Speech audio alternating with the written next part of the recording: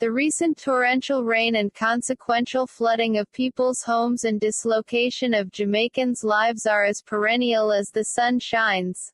We know that rain will come and flooding will ensue, yet we are often caught unprepared every year. The government, both laborites and comrades, and their engineers, hydraulics experts, and other design experts, must share in some of the blame.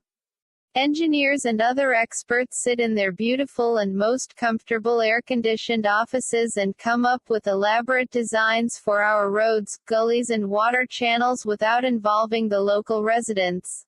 Some of the time they get it right, but most times they get it absolutely wrong, and the cycle continues, and our brothers and sisters suffer, mostly the most vulnerable in the countryside. Community folks say that the authorities don't listen to them when they are constructing roads and water channels. Their wise advice has been ignored on numerous occasions. Why? Because they are not trained, aren't engineers, and, therefore, are ignorant. Results: devastation, death, suffering and dislocation. I remember when I was working at a school in Northwest St. Catherine.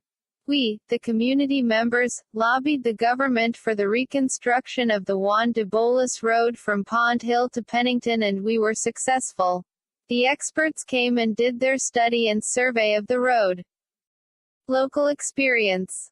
When they reached a certain part of the road, an 80-year-old man told the experts that that part of the road is very difficult to manage and advised them to dig it up and put sand, and then place stones and pebbles, and then marl. They ignored him and went on with their engineer's design and paved the road. It was beautifully done and they left. A couple months later, the entire area sank and they returned. The old man, who was born and grew up in the same area, said, "I told you, but you didn't listen." They did it the old man's way and the road is very solid up until this day. Never you rule out local experience, knowledge and input in these projects. Similar stories are being told every so often on local news programs and on talk shows. Since the construction of both highways, north-south and east-west, there have been reports of flooding in certain communities where there weren't any such events before. We will have re-examined our drains and water channels, too. With the proliferation of construction of highways and the numerous housing schemes and other projects, we need to upgrade our systems.